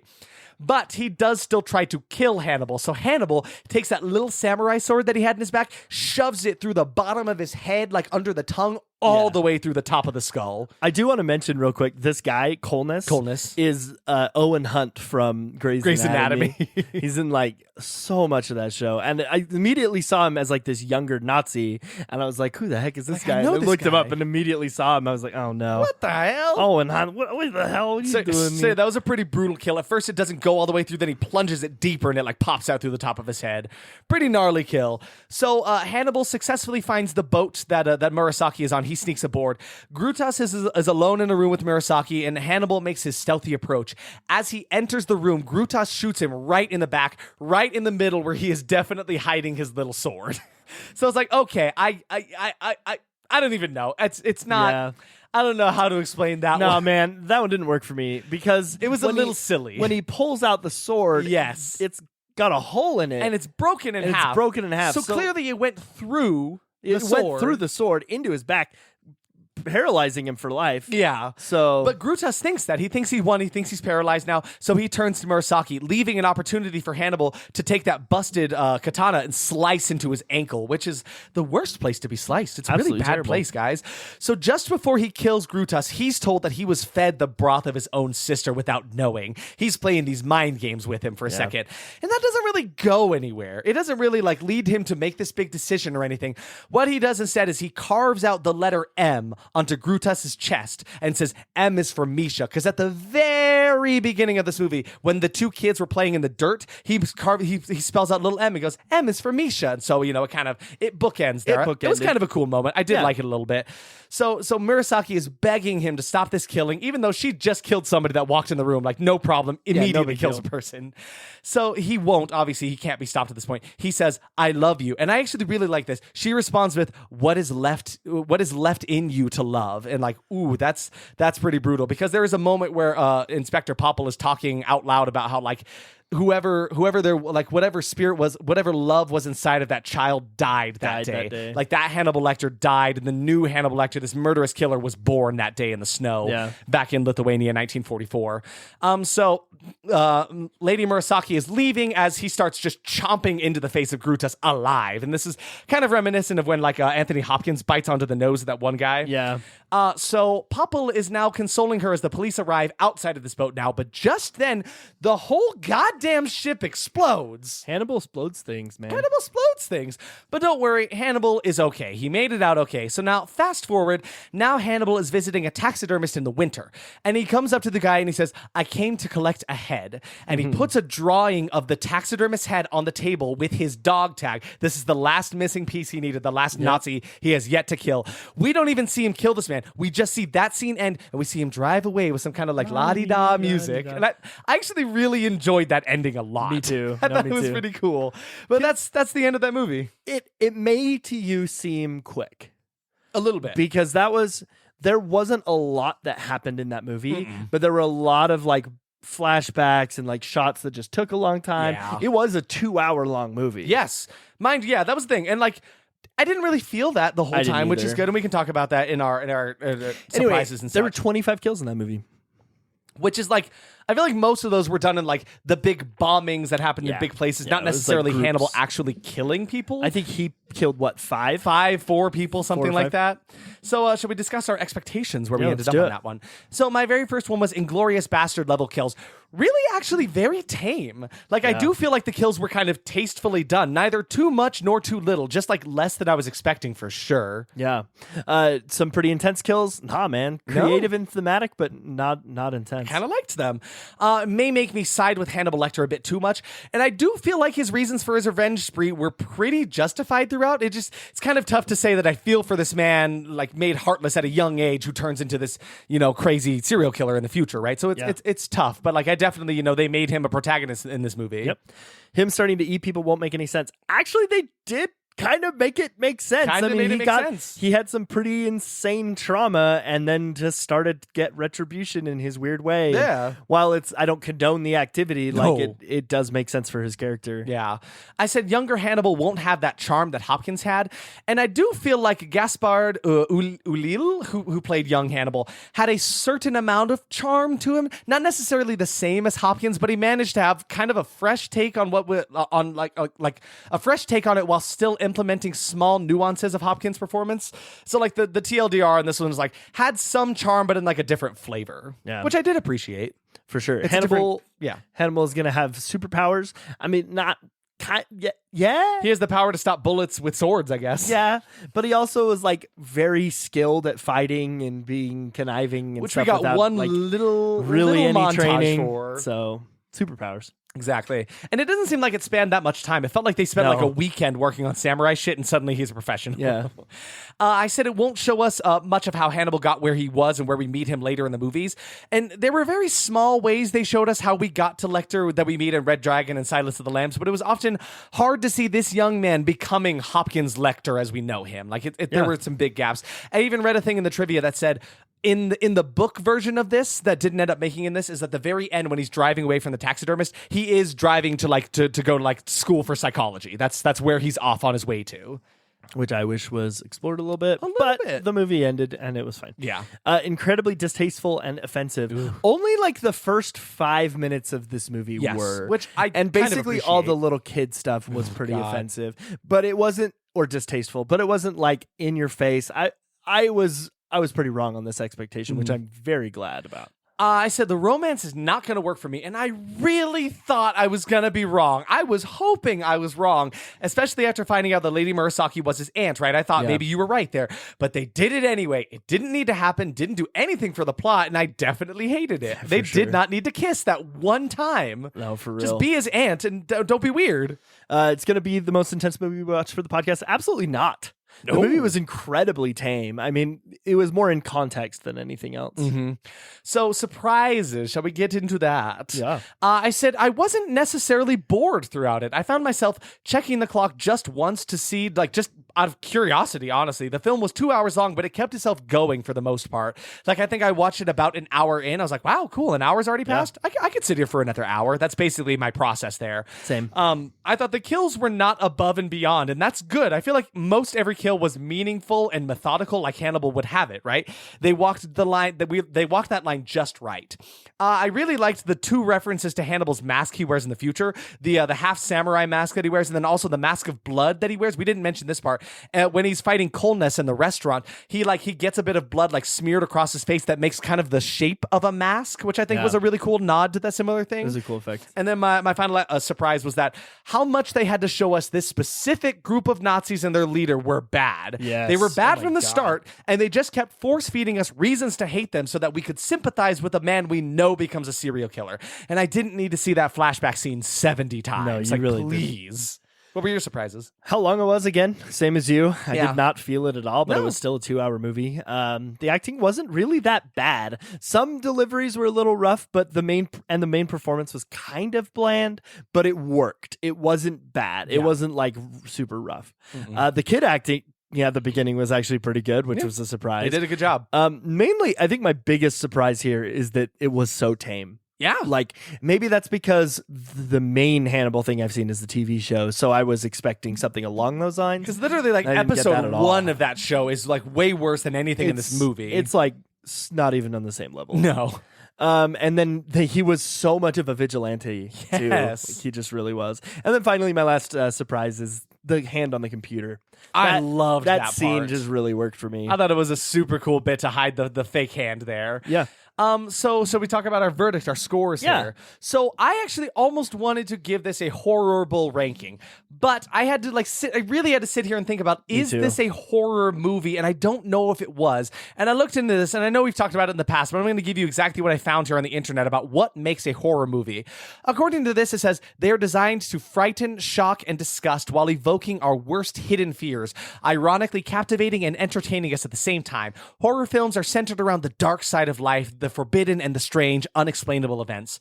And I feel like this movie had some of those things, but at the end of the day, it still felt more of like a mystery drama thriller to me more than anything. I'm with you. So for me, I'm going to say, like, in the same vein as that was horrible, that was thrillerable. Yeah. I don't think this was a bad movie by any means, but I didn't feel like it was much of a horror movie either. Just because it is about the beginnings of a serial killer does not necessarily make it a horror movie. I think it was a good setup movie for an iconic character that did Hopkins' role justice and sits well within the Lecter universe, but like the story was captivating enough and the kills were enjoyable. There just wasn't much else for me. I felt very middle of the road on this one. So as far as fine dining goes, this one sits at like slightly upscale fast food. And I actually agree with you too. I sat and thought about it for a while. I made a new score for it. Oh yeah, what's yours? That was watchable. That was watchable. It was watchable. I don't regret this one. I'm right in the middle of the road on this one. Hannibal Rising is by no means the best Hannibal content around. It is arguably the worst thing you could watch if you're going to watch any of Thomas Harris's stories. That being said, it is not nearly as bad as the critics make it out to be. There is some enjoyment to be had here, and the lore of Hannibal is explored pretty well. Other than some lackluster performances and a romantic interest that made no sense, it is a decent entry for fans of the source material. Why not cheek it out? Just don't get eaten. Oh, yours is so much worse than mine. Yes, that was terrible. Because they ate his Blah, cheeks. blah, it is me, Count Trivia. Clap those cheeks. So And shut up there. And my brother over there. Oh, hello, it is me, Jim. Now, did you... Why did I name him? Everybody's Jim. God, fuck. Everyone is Jim. I know. I'm embarrassed to tell you that my brother has the same name as my sworn enemy. I know absolutely nothing about trivia. My brother's All a little bit Russian. Is fuck you. I'm He's an a exchange Russian brother. vampire. He's my foreign exchange brother. Yeah, you exchanged me for some corn, you asshole. It was worth it. It was very good corn. I love the corn. Anyway, would you like to give them their trivia, please? No, it's Jim. your turn. Bye. Oh, okay, bye. Well, I'm going to pick... A Bing? Who you been hanging out with? Jim, get back here. Oh my god. So the trivia for this one, we have a couple here. There were a lot of actors that actually screen tested for the role of Hannibal. This list includes Rupert Friend, Dominic Cooper, Tom Sturridge, and Tom Paine, Hayden Christensen, who was Darth Vader technically, Anakin Skywalker, Macaulay Culkin. Yeah. Could you imagine? Dude. I'd actually be kind of into that. Home Alone. But most surprising... Hannibal Alone. Most surprising to me on this list is actually Hugh Dancy, who plays Will Graham in the Hannibal TV show. I thought that was kind of cool. The scar, we didn't mention this. The entire movie, the young actor for Hannibal, he has a scar on his left cheek. It's actually Gaspard's real life scar. When he was 6 years old, a Doberman was sleeping in a garden, and he jumped on the dog's back and attempted to ride it like a horse. Incredible. Which, we've all wanted to do that. Yep. The dog hit him with his claws and made a little scar on his face that looked like a dimple. Gaspard did say that like the scar helped him express his feelings in acting, which is kind of cool. Way to use that, right? Thomas Harris's source novel was released 2 months prior to the film's release. He had worked on it as well as the screenplay concurrently for fear that Hannibal Lecter prequel origin story would inevitably be written without his involvement. Film producer Dino De Laurentiis said, "I say to Thomas, if you don't do the sequel, I will do it with someone else. I don't want to lose this franchise, and the audience wants it." He said, "No, I'm sorry." And I said, "I will do it with somebody else." And then he said, Let me think about it. I will come up with an idea. So I do respect the fact that he wrote the screenplay for this solely to like protect it from somebody else getting their hands on the source material, right? I think it's a really absolutely. It's really cool of him to do that. There was only one mask for the scene where Hannibal puts the Japanese mask on his face, and it was supposed to come on Gaspard's face with an elastic band behind it to stay on his face, but director Peter Weber wanted it to fit without any elastic. So the actor for young Hannibal tried to make it a bit smaller by pushing it on the side so it would fit on his cheeks. He ended up breaking the mask, and they had to make another one for that scene. Oh my God. And then finally, the fake blood that Hannibal tastes from the victims was strawberry flavored, and the cheek that Hannibal bites in the last scene was made out of silicone. Incredible. Don't you love it? I love it. So that's the end of Hannibal Rising from 2007. Next week is Easter. It's the Easter time. It's Zombie Jesus Day. It's Zombie Jesus And we're going to Day. be incredibly Go appropriate Zombie about Jesus. It. We are going to be incredibly appropriate about it. So I found like 5 or 6 different Easter movies. Yes. And I thought it would be funny if we just rolled the dice. Oh. Do you like that idea? Yeah, okay, sure. Do you have one nearby? I didn't bring one. You can roll a dice on the on the internet. Ready? All right. Let's Roll. see. Oh, I got it. This is great content. This is going great. Oh, I rolled 6. You rolled D-sice. six-sided dice. 6. God, What I'm about- so bad. I'm so bad at this. This is terrible. A 4. Okay, ready? What does that mean? Count. Oh, I have them. Have you numbered them? Yeah. Okay. So 1, Uh-huh. 2, Uh-huh. I'm 3, excited. 4. And the winner is Cottontail. Cottontail. Okay. Yeah, this one 1, 2. does not appear to have a Rotten Tomatoes score proper. It is only rated by Is that okay? by audience members. Yeah, of Is course. that okay? It's an From Easter movie. 2007, listed as a comedy horror. And it's sitting at 17%. oh Lord. There are so many, because I found a bunch of them. Like Yeah, I yeah. found Easter Sunday. And I checked that one too. That one also doesn't have a Rotten Tomatoes score. We looked at Night of the Lepus. Bunnyman the Massacre was Lepus. another one. Bunny the Killer Thing. There's a lot of Easter horror. You see how many movies, tabs I apparently. have up here, man? That's so many tabs. It's like 30 tabs. Oh. Are you okay with Cottontail? I'm Do you wanna perfectly do Night okay of with Lepus? Cottontail. Wait, what's that? What's that on one of your tabs? Oh, it's our social media tabs. Look, you got all of them up here. Let me just read them out. Are you for ending the podcast? If you just wanna, just humor me here. So we got Instagram at that_was_horrible. That's Twitter at TWH Podcast. Facebook at That Was Horrible Podcast. And next slide, please. Oh, YouTube at That Was Horrible, and TikTok at That Was Horrible. That Was That Horrible. Was Horrible. Very good. Very, very good. Very, very good podcasting, Derek. Well, we're going to go about our daily lives, and I hope you do as well. And I hope that you take Garfield with you. I hope you take Garfield. Please, Garfield, be with you. And stay spooky. Goodbye.